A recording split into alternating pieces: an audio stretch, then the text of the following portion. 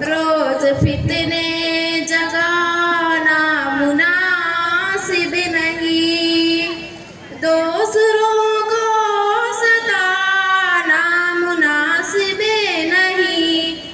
खैर ख्वाही तकाज़ा है इस्लाम का, दिल किसी का दुखाना मुनासिब नहीं।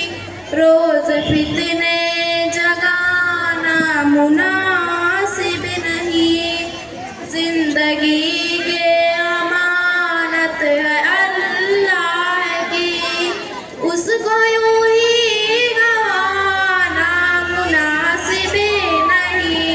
रोज फितने जगाना मुनासिब नहीं।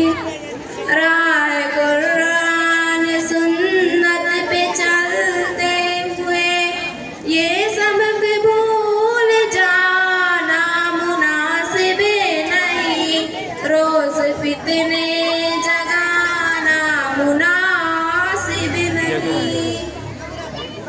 जो इमाम का रुतबा है इस्लाम में, इससे आगे बढ़ाना मुनासिब नहीं।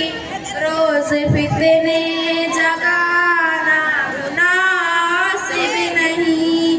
शिर्क बिदअत से दामन बचाए हुए गैर का आशियाना मुनासिब नहीं।